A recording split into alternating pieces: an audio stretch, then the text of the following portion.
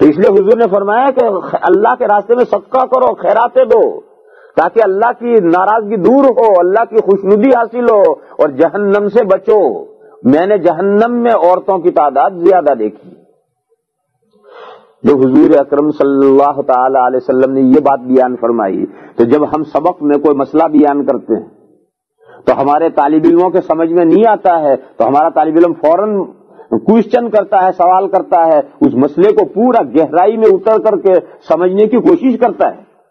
تو حضور کے زمانے میں جو عورتیں تھیں وہ تو عیدگاہ میں آئی ہیں مسئلے سیکھنے کے لیے، وہ تو طالب علم ہے درسگاہ کی۔ تو جب حضور نے یہ ارشاد فرمایا تو ایک عورت کھڑی ہوئی، عورتوں کے مجمع میں سے ایک عورت کھڑی ہوئی۔ حضرت بلال یہ بھی حضور کے ساتھ تھے۔ حضرت بلال یہ کہتے ہیں کہ کون عورت تھی یہ میں نہیں جانتا، لیکن اس کے ڈیل ڈول سے یہ انہوں نے کہا کہ ایک لمبی عورت تھی، لمبے قد کی عورت تھی اور موٹا بھرا ہوا بدن تھا، موٹا بھرا ہوا بدن تھا، لمبے قد کی عورت تھی، اور ایسا معلوم ہوتا تھا کہ جیسے مزر قبیلے کی عورت ہو۔ میں کون تھی نہیں معلوم۔ دیکھو تمام بہنیں اس پر غور کریں کہ وہ مجمع میں سے جو بہن کھڑی ہوئی ہے اور کھڑی ہو کر کے سوال پوچھ رہی ہے، کیوں حضور دور ہیں، بیٹھے بیٹھے پوچھیں گی، حضور تک آواز نہیں پہنچے گی، تو کھڑے ہو کر پوچھ رہی ہیں، مگر وہ اس حال میں اتنے پردے میں ہے، اتنے پردے میں ہے کہ حضرت بلال اس عورت کو نہیں پہچان سکے۔ کون عورت ہے اللہ جانے کون۔ انہوں نے پورا نقشہ کھینچا کہ لمبے قد کی تھی، بھرا ہوا بدن تھا، قبیلے مزر کی عورت ہو ایسا محسوس ہوتا تھا، مگر کون عورت کی حضرت بلال نہیں پہچان سکے۔ دیکھو پردہ یہ ہے۔ اس عورت نے کھڑے ہو کر پوچھا کہ یا رسول اللہ، جہنم میں عورتوں کی تعداد زیادہ کیوں؟ کیا وجہ، ریزن کیا ہے؟ کہ اللہ کی مخلوق مرد بھی ہیں عورتیں بھی ہیں، اور مرد اور عورت انسان کے دو پارٹس ہیں، پھر مرد کم عورتیں زیادہ کیوں؟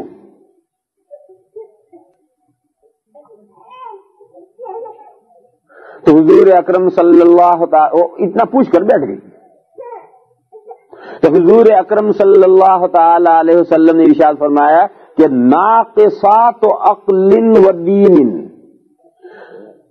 اذهب للب الرجل الحازم تکفرن العشیر۔ حضور نے فرمایا کہ دیکھو عورتوں میں دو خرابیاں ہوتی، اس کی وجہ سے جہنم میں ان کی تعداد زیادہ ہے۔ پہلی کمی تو عورتوں میں یہ ہے کہ وہ اپنے شوہر کی کبھی شکر گزار نہیں بنتی، وہ اپنے شوہر کی ہمیشہ ناشکری کریں گی اور ساری دنیا کو تھینک یو کہہ لیں گی، مگر اپنے شوہر کو تو وہ کپڑے دھونے کی تھپکی سے تھینک یو کہیں گی۔ کپڑے دھونے کا وہ تو ہوتا ہے، لکڑی ہوتی ہے، پتہ نہیں گجراتی میں اسے کیا کہتے ہیں، اس سے تھینک یو کہیں گی، اور ساری دنیا کو تو زبان سے تھینک یو کہیں گے، مگر اپنے شوہر کو تھینک یو نہیں کہہ سکتی۔ یہ کمی ہے عورتوں کے اندر، اور دیکھو یہ سبھی میں کمی ہوتی ہے، تمام بہنیں بھی سوچیں، مرد بھی سوچیں۔ دیکھو اگر ہم سڑک پر چل رہے ہیں اور ہمیں ایک آدمی مل گیا اجنبی، اور اجنبی بھی مسلمان بھی نہیں ہے، گورا، اور اس نے ہم سے کوئی بات کی تو ہم بڑے اخلاق سے بات کریں گے اس سے،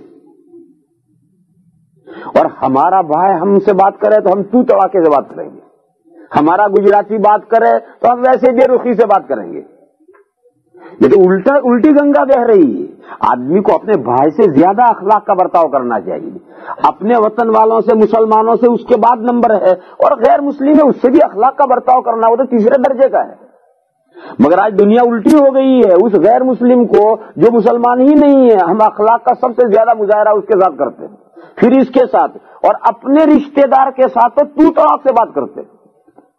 یہی حال عورتوں میں بھی ہے کہ پرائی عورتوں کے ساتھ بڑی سمجھدار، بڑی شکریہ ادا کرنے والی، ایک جملہ میں 3 مرتبہ تھینک یو کہیں، ایک جملہ پورا کرتے کرتے 3 مرتبہ پلیز کہیں یا تھینک یو کہیں، لیکن جب اپنے باپ کے ساتھ بولیں، اپنے بھائی کے ساتھ بولیں، اپنی بہن کے ساتھ بولیں، اپنے لوگ رشتے، پھر انہیں تھینک یو کی کوئی ضرورت نہیں، بغیر تھینک یو کے بولیں گی۔ اور اپنے شوہر کے ساتھ بولیں تو پھر تو ان کا تھینک یو کپڑے دھونے کا دندا ہے. یہ سارا الٹا معاملہ ہو گیا ہے. یہ وہ معاملہ ہے حضور نے فرمایا تکفرن العشیر، تم اپنے ہسبند کی ناشکری کرتی ہو، اور یہ ہسبند کی ناشکری کرنا یہ تمہیں جہنم میں لے جاتا ہے. ہمارے استاد دارالعلوم دیوبند کے محتمم حضرت مولانا محمد طیب صاحب قدس سرہ تقریروں میں ارشاد فرمایا کرتے تھے، جب حدیث شریف بیان کرتے تھے، فرماتے تھے کہ اگر شوہر، یہ یہاں کینیڈا اور برٹش کی عورتوں کی بات نہیں ہے، انڈیا کی عورتوں کی بات کہتا ہوں، یہاں کی تو بہنیں خود ہی سمجھیں. ہم اپنے ہندوستان کی پاکستان کی وہ بات کہا کرتے تھے کہ ہندوستان پاکستان میں اگر ایک شوہر زندگی بھر عورت کے ساتھ بہترین سلوک کرتا رہے، اس کی ہر خواہش پوری کرتا رہے، اپنی ساری کمائی اس پر خرچ کر ڈالے، قرض لا کر بھی اس کے پر خرچ کر ڈالے، اس کی تمام پہننے کی، کھانے کی، پینے کی تمام ضرورتیں پوری کرتا رہے، اسی میں زندگی گزر گئی. ایک دن اس نے کہا کہ میرے لیے دوپٹہ لائیو. اتفاق سے شوہر کے پاس میں پیسے نہیں، اس نے کہا کہ آج لاؤں گا، کل لاؤں گا. وہ پیسے کے بیچارہ انتظام نہیں کر سکا. آخر اس نے امیر سے کہا کہ میرے پاس پیسوں میں گنجائش نہیں ہے، اگلے مہینے تنخواہ ملے گی تو لاؤں گا. بس بیوی روٹ کر کے بیٹھ گئی، ناراض ہو کر بیٹھ گئی، اور کیا کوسے گی؟ نہ تیرے گھر آ کر میں نے سوکھ اور چین دیکھا ہی کب ہے. یہاں سے شروع کرے گی کہ تیرے گھر آ کر میں نے سوکھ اور چین دیکھا ہی کب ہے. 2 چیتھڑے اور 2 ٹھیکرے ہی میں نے دیکھے ہیں. تیرے گھر میں تو میں نے 2 چیتھڑے اور 2 ٹھیکرے ہی دیکھے ہیں. یہاں سے شروع کرے گی، اور پوری زندگی بیچارہ شوہر سارے احسانات اس پر کر دیے، ایک جملے میں پانی پھیر دیا کہ تیرے گھر میں آ کر میں نے سکھ اور چین دیکھا ہی کب ہے. یہاں تو 2 چیتڑے اور 2 ٹھیکرے میں نے پائے ہیں.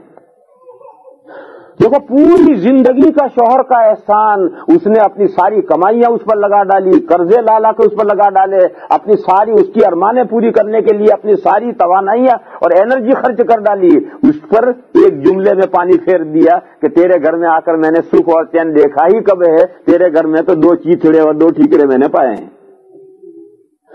یہ وہ ہے ناشکری، یہ ہے وہ عورتوں کی، شوہروں کی ناشکری. تو حضور اکرم صلی اللہ تعالی علیہ وسلم نے فرمایا کہ ایک تو عورتوں کے اندر یہ کمی اور یہ خرابی ہے کہ وہ اپنے ہسبینڈ کی، اپنے شوہر کی احسانات کی شکر گزار کبھی نہیں ہوتی، اس وجہ سے وہ جہنم میں زیادہ جائیں. یہ حدیث سنانے کا مطلب کیا ہے؟ مطلب صرف حدیث سن لینا نہیں ہے میری بہنوں، اس کا مطلب یہ ہے کہ یہ جو کمی ہمارے اندر ہے جو ہمیں جہنم تک لے جا سکتی ہے، یہ کمی اگر ہم میں سے کسی بہن کے اندر ہے تو اس کمی کو دور کرو اور جہنم سے بچنے کا سامان کرو اور جنت میں پہنچنے کا سامان کرو. یہ حدیث سنانے کا یہ مقصد ہے. حدیث سن لی اور ہماری بے ڈھنگی کی زندگی گزرتی تھی ویسے ہی گزر رہی ہے تو پھر کوئی فائدہ نہیں حدیث سننے کا. حدیث سننے کا مطلب یہ ہے کہ آدمی اپنے گریبان میں منہ ڈالے، اپنے آئینے میں دیکھے کہ میرے اندر کمی ہے. یہ جو حدیث میں حضور اکرم صلی اللہ تعالی علیہ وسلم نے کمی بتائی، یہ کمی میرے اندر ہے یا نہیں؟ اگر کوئی بہن یہ سمجھتی ہے کہ میرے اندر ہے تو ابھی وقت ہے، اپنی زندگیاں چینج کرو، اپنی زندگیاں بدلو. اپنے شوہر جو تم پر خرچ کرتے ہیں ان کا احسان مانو، ان کا شکر گزار بندو اور دل سے شکر گزار رہو ان کی. اور جتنا ان کا شکر گزار رہو گی اتنا ہی وہ تم پر زیادہ ہی التفات کرے گا، شوہر زیادہ ہی التفات کرے گا. اور عورت کی بے التفاتی، عورت کی ناشکری وہ تو شوہر کا دل توڑنے والی چیز ہے. دوسری بات حضور نے فرمایا کہ عورتوں کو زیادہ جہنم میں لے جانے والی دوسری بات یہ ہے، حضور نے فرمایا کہ عورتوں کا دین انکمپلیٹ، ان کی عقل انکمپلیٹ، ناقص. عورتوں کی عقل بھی ناقص، عورتوں کا دین بھی ناقص. عورتوں کی عقل بھی ناقص اور دین بھی ناقص، دونوں انکمپلیٹ. کمپلیٹ دین بھی ان کے پاس نہیں ہے، کمپلیٹ عقل بھی ان کے پاس نہیں ہے. مگر عجیب و غریب ان کو فن یہ یاد ہے، اذهب للب الرجل الحازم، نہایت ہوشیار عقل مند آدمی ہو،